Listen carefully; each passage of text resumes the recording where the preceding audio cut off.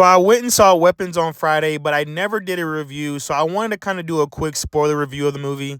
Weapons was easily my most anticipated horror movie of the year, and I will say, for the most part, I really enjoyed myself. Now, I see a lot of people say they don't like the way their story was told, specifically for Paul and James' parts of the story. And yes, I do agree. Paul and James essentially become henchmen by the end of the movie, so I don't really think we necessarily needed Paul's story.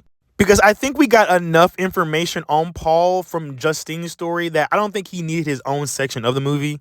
But honestly, that is a very small nitpick because both Paul and James' story were so fun to watch.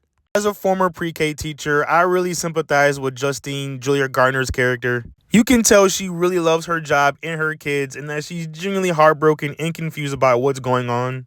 And it doesn't help that Thanos is yelling at her constantly and blaming her. I thought the actress that played the witch was so creepy and she was so good throughout this movie.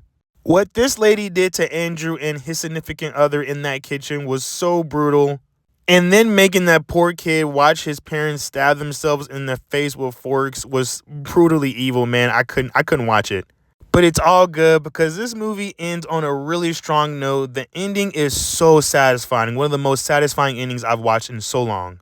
Yeah, man, for the most part, Weapons was my most anticipated movie this year. And overall, I enjoyed what I watched a lot. I would watch this again.